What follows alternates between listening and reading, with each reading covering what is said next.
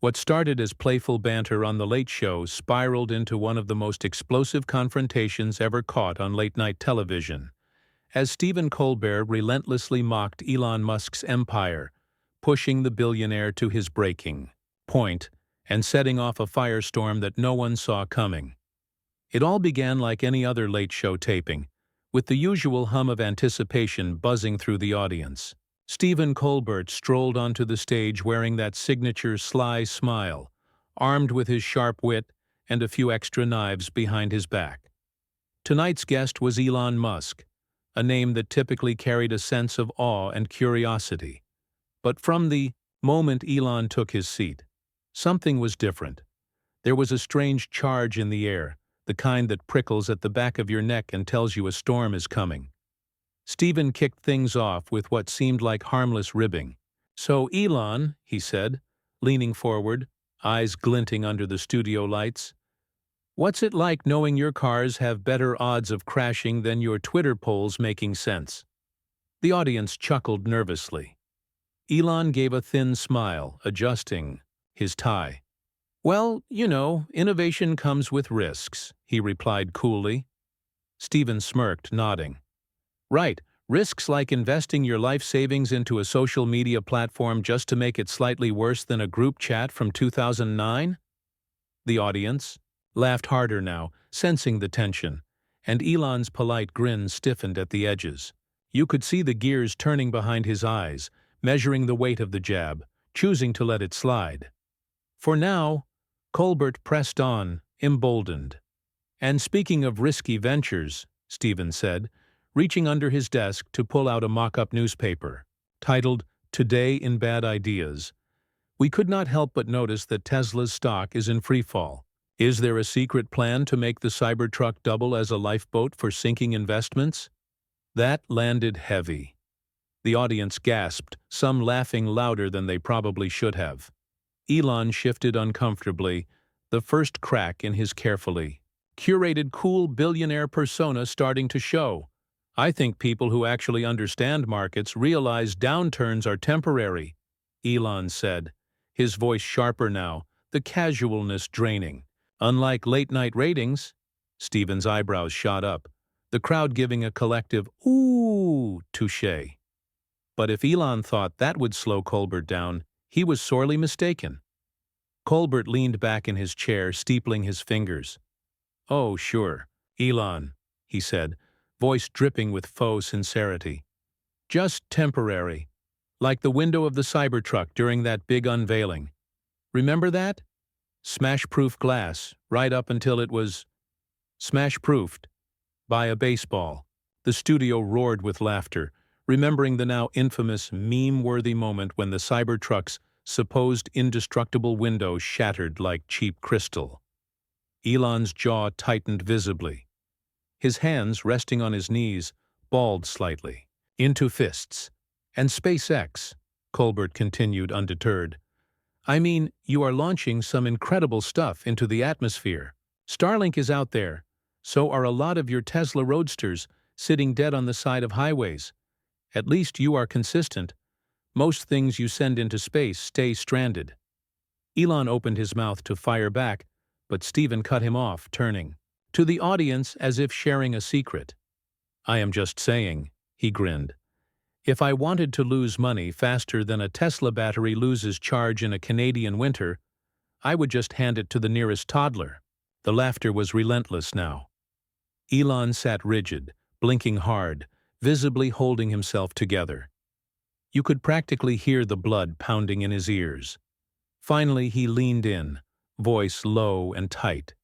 "You know, Stephen, mocking what you do not understand is easy.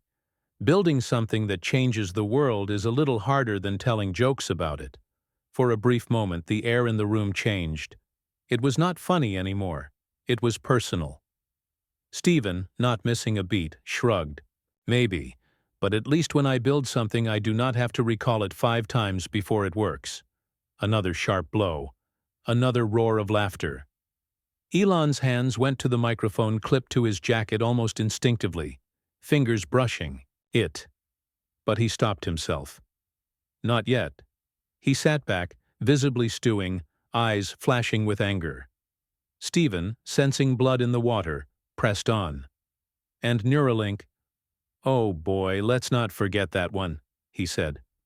"I mean, if you cannot make self-driving cars safe, why not go ahead and jam microchips into people's skulls?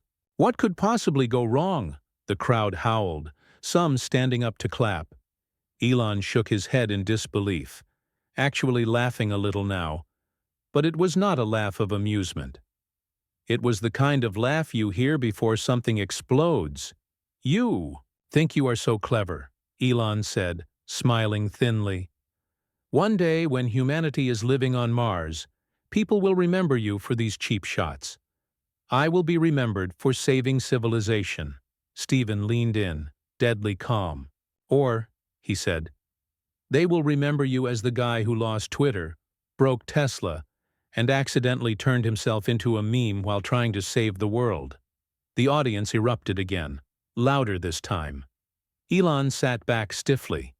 His fingers twitched, once more at his microphone. The atmosphere was reaching a breaking point now. Musk's face was flushed, his smile frozen and brittle. Colbert's grin widened, practically daring him to react. And then Stephen glanced at his note card, grinned wickedly, and said the line that would finally tip everything over the edge. "You know, Elon," he said slowly, savoring it, "at this point, the only thing moving faster than your dreams crashing and burning is the resale value of a used Tesla." Elon's eyes darkened. His hand moved. In one swift motion, Elon reached up, ripped off his microphone, and stood up from his chair. And just like that, the entire studio froze, waiting for what would happen next. In one swift motion, Elon reached up, ripped off his microphone, and stood up from his chair. And just like that, the entire studio froze, waiting for what would happen next. Stephen Colbert leaned back, eyes gleaming like a cat watching a mouse make a fatal mistake. Elon stood there, gripping the mic in his hand like he was deciding whether to slam it onto the floor or throw it across the stage. "You know," Elon said, his voice low and vibrating with anger, "I thought I was coming here for a conversation, not to be a punching bag for a hack." The audience shifted uncomfortably. The energy had turned electric and volatile, half the crowd unsure whether to laugh or hold their breath. Stephen did not move, did not flinch. He just sat there, cool as ice, letting Elon vent. "A hack?" Stephen repeated, eyebrows raised, tone light but with an unmistakable edge. "Coming from the guy whose greatest invention lately is somehow making Twitter even more unbearable. I'll take that as a compliment." A ripple of nervous laughter trickled through the crowd. Elon's mouth twisted into a humorless smile. "Twitter was dying long before I bought it," he snapped. "I just exposed how fake it was. Just like this show." The jab landed heavier than most. There was no laughter this time, just a tense, hanging silence. Stephen's expression hardened, the twinkle in his eyes dimming slightly. "You know, Elon," he said slowly, voice cutting through the stillness, "you keep saying you're saving everything. Social media, the planet, the human race. Maybe it's not everything else that's broken. Maybe it's just you." For a moment it seemed like Elon might walk off then and there. His body was angled away from his chair, weight shifted toward the wings. But something rooted him to the spot. Maybe pride. Maybe rage. Maybe just the need to get the last word. "You think you are better than me because you tell jokes that somebody else wrote for you?" Elon said, stepping toward Stephen's desk now, microphone dangling from his hand. "You mock people who actually try to make things better. You're the parasite, not the hero." There was an audible gasp from the audience. Even the band seemed frozen mid-note. Stephen rose slowly from behind his desk, matching Elon's height, the smile fading from his face completely now. "Better a parasite that makes people laugh," Stephen said, his voice low, "than a savior no one asked for who leaves wreckage behind wherever he goes." Elon's nostrils flared. his jaw clenched so tightly you could see the muscles twitching. "You sit there smug in your suit, laughing at failure," Elon said, his voice growing louder, harsher. "You do not build. You do not create. You have no idea what it takes to bet everything you have and keep going even when the world wants you to fail. And yet somehow," Stephen said, leaning in just enough for the cameras to catch the gleam of pure steel in his gaze, "you keep finding new ways to make losing billions look easy." The audience erupted, half in stunned laughter, half in stunned silence. "You think this is funny?" Elon barked, whipping around to face the crowd now, voice cracking with raw emotion. "You think it is hilarious watching someone trying to push humanity forward while you all sit on your asses laughing?" A few boos trickled out. Some people clapped, maybe out of awkwardness, maybe because they genuinely sympathized. But the tide had clearly turned. Whatever goodwill Elon brought onto that stage had crumbled to dust now. Stephen straightened up, never breaking eye contact. "No, Elon," he said, his voice razor-sharp. "I think it is tragic. Tragic that someone with your resources, your potential, your mind chooses to act like a petulant child when the world needs grown-ups." That was it. The audience gasped again, louder this time. Elon's face went bright red. He took a single step closer to Stephen's desk, standing just feet away, now body taut like a wire ready to snap. "You do not know what you are talking about," Elon said, voice nearly trembling with fury. "You live in a bubble. You have no idea what real risk looks like.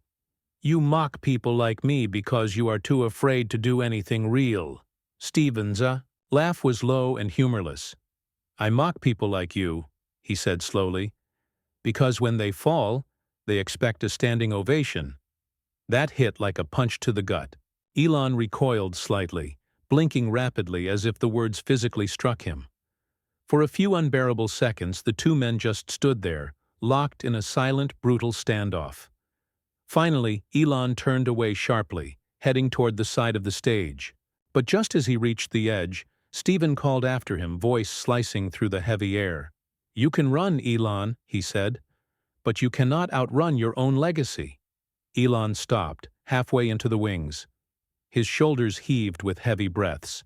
Slowly, deliberately, he turned back toward the audience. His face was a twisted mask of fury and humiliation. "You know what?" Elon said, jabbing a finger at Stephen. "Keep laughing. Keep mocking. Just remember, you will still be here telling jokes nobody remembers when I am making history." The audience shifted again, restless now, some murmuring, some booing. The tension was unbearable. It felt like something had to break.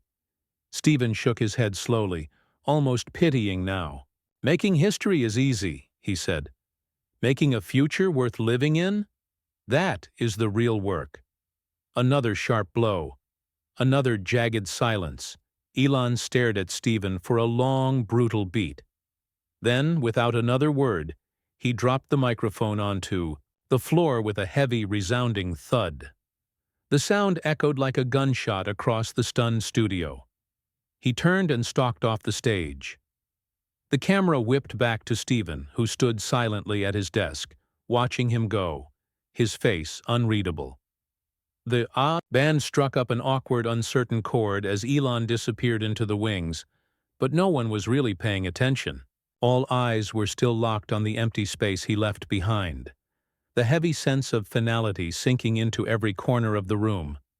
But Stephen was not done yet. He picked up his note cards, shuffled them neatly, and looked straight into the camera, and, with one final cutting line, he would ignite the firestorm that would rage long after the cameras stopped rolling. He picked up his note cards, shuffled them neatly, and looked straight into the camera, and with one final cutting line, he would ignite the firestorm that would rage long after the cameras stopped rolling.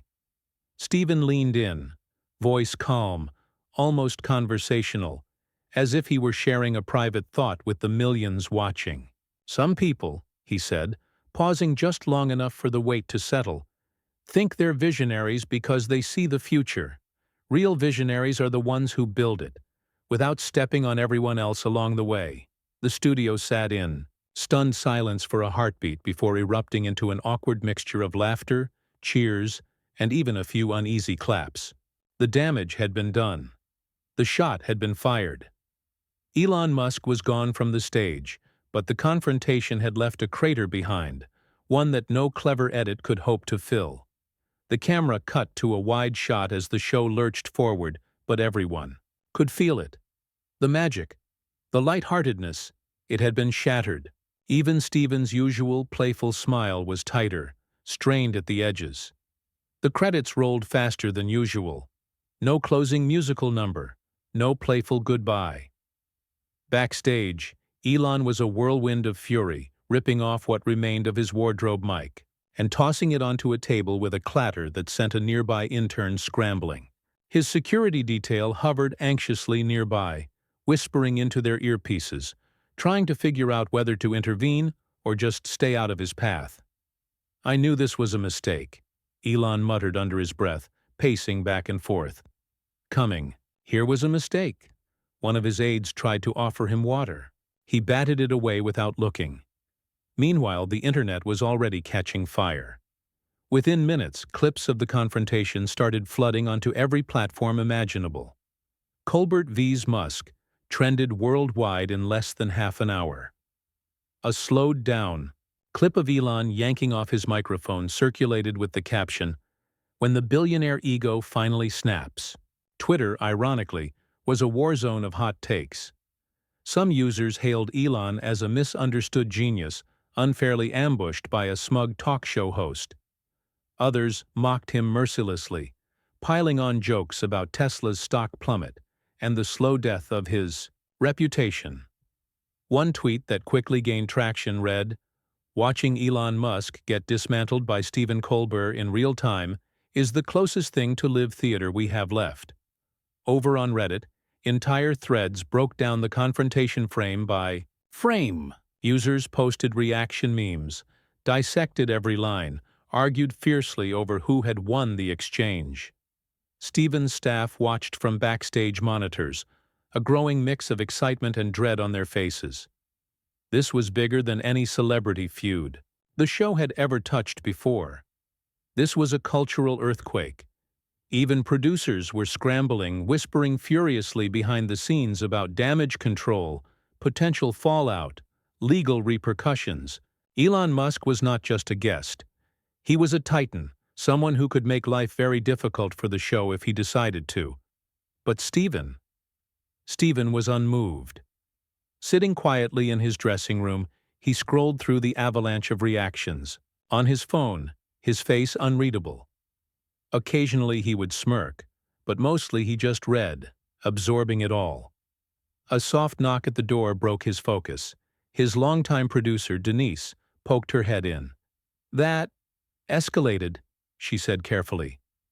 Steven chuckled dryly, setting his phone down. "You think?" he said. "I thought it was going great right up until he tore his mic off." Denise stepped fully into the room, shutting the door behind her. "You know they're already spinning it," she said. "His people are putting out statements. They're calling it a toxic environment, saying he was ambushed and mistreated." Steven shrugged, grabbing a bottle of water off the nearby table. "Let them," he said simply. "The footage speaks for itself." "But you know what this means, right?" Denise said, voice low. "This isn't going to be just a one-day story.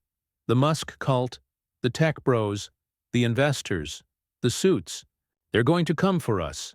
Steven smiled thinly. "Good," he said. "Let them watch the tape. Let them hear the words. You come into my house, you respect it. Otherwise," he made a small shrugging gesture, "you get what you earn." Back out. On the internet, chaos raged.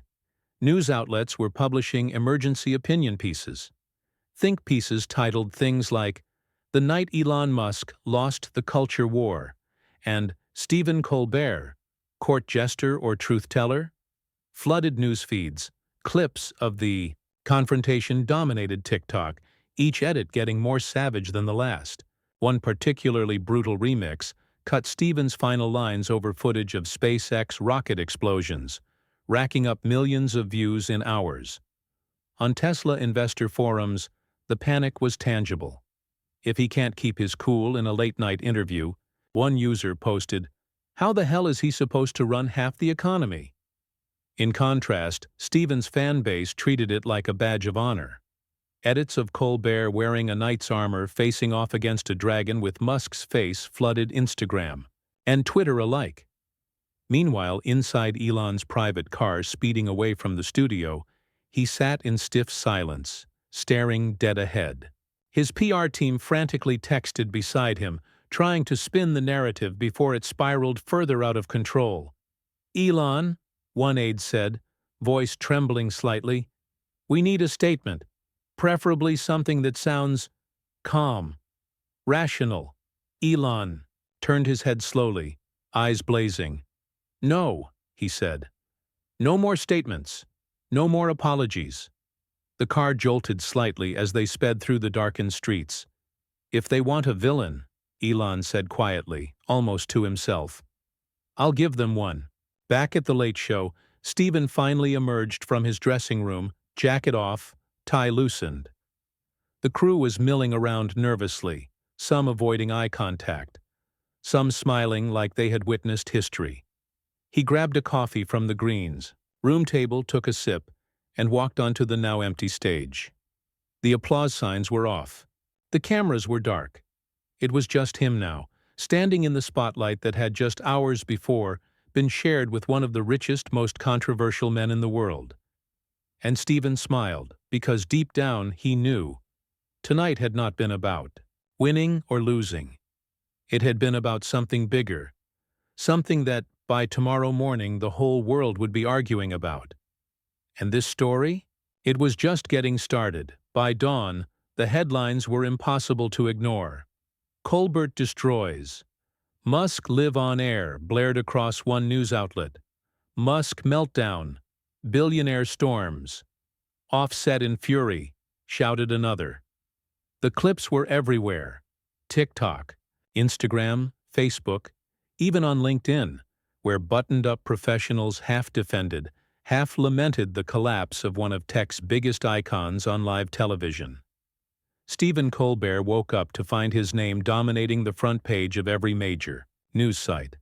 Some praised him as a truth-teller who stood up to unchecked power. Others criticized him for going too far, accusing him of turning a guest appearance into a public humiliation. The debate raged with a ferocity that even seasoned political scandals struggled to match. On the Late Show's official page, the clip of the confrontation had racked up tens of millions of views overnight. In the comments, people were either hailing Stephen as the only host willing to challenge Musk's mythos or condemning him for kicking a man while he was down. The audience was split, but there was no denying it. Stephen had struck a nerve. Meanwhile, over at Tesla headquarters, the mood was even bleaker. Markets opened with a sharp, sickening dip. Tesla stocks plummeted another 7% by noon. Investors panicked. Analysts speculated whether Musk's increasingly erratic behavior could trigger long-term instability, not just for Tesla but for his entire empire, SpaceX, Neuralink, the Boring Company. CNBC ran a brutal segment titled, "The Moment Musk Lost Public Trust?" showing a slow-motion replay of him ripping off his microphone while angry veins popped on his forehead. Inside his inner circle, the tension was suffocating. Elon remained silent publicly, refusing all interview requests, turning down opportunities to clarify or walk back his actions. In private, he fumed. He made a few vague, cryptic posts online, something about being attacked by the establishment, something about comedians being puppets, but it only fueled the fire further. Musk's fans tried rallying to his defense, launching hashtags, spamming Stephen's social media with insults. But the energy felt hollow, half-hearted, as if even they could not quite justify what they had seen with their own eyes. For Stephen, the fallout was a strange, surreal ride. That night's taping of The Late Show was unlike anything before. When Stephen walked onto the stage, the audience leapt to their feet in a standing ovation that went on and on, loud enough to shake the rafters. He took it all in, smiling faintly, before raising a hand to calm the room. "Thank you," he said, voice cutting clean through the noise. "But remember, the point was never to pick a fight. The point was to stand up when it mattered." The applause roared even louder. Stephen continued, pacing the stage a little, the way he did when he had something real to say. "You know," he said, "it is easy to idolize people because they build things, invent things, dream big, and they should be celebrated for that. But, and it is a big but, when you become too big to be questioned, too powerful to be challenged, that is when someone needs to step in and say, 'Hold on a second.'" He let the moment breathe. Let it land. "And if doing that," he said, shrugging slightly, "makes me the bad guy in some people's stories, well, at least I am in the right story." The crowd roared again, standing, some even shouting in support. Behind the scenes, the network executives were divided. Some fretted about the fallout from Musk's allies. Others quietly congratulated themselves. The ratings were historic. Advertisers were calling nonstop, not to pull out, but to buy more slots. Stephen's team moved forward with confidence. They knew the next few weeks would be rough. There would be hit pieces, angry think pieces, retaliations from Musk's camp. But Stephen was ready. He had stood in fire before. Later that night, alone in his office, Stephen sat by the window overlooking the city. New York buzzed below him, alive and indifferent as ever. He sipped his tea, scrolling absent-mindedly through headlines until one caught his eye. A Necessary Reckoning. Why Stephen Colbert's confrontation with Elon Musk matters. He clicked it open. The piece talked about the imbalance of power in tech, about the culture of hero worship around billionaires, about the need for public figures to be held accountable, no matter how lofty their dreams or how impressive their resumes.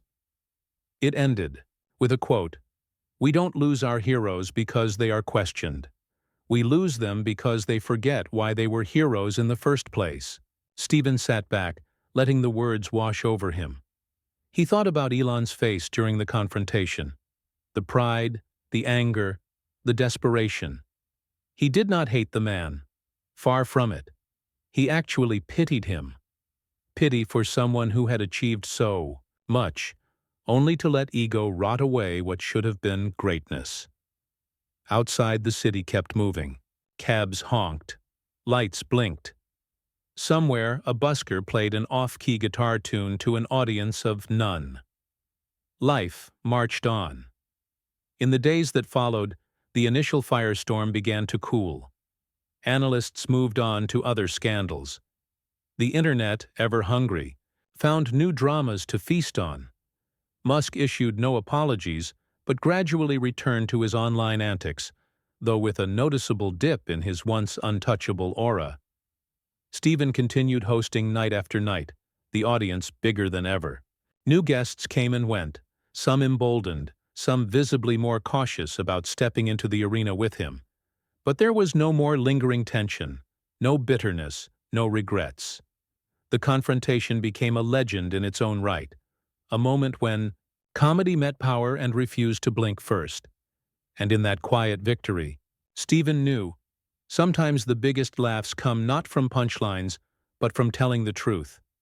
Even when it hurts. Especially when it hurts. And that, more than anything else, was why the moment mattered.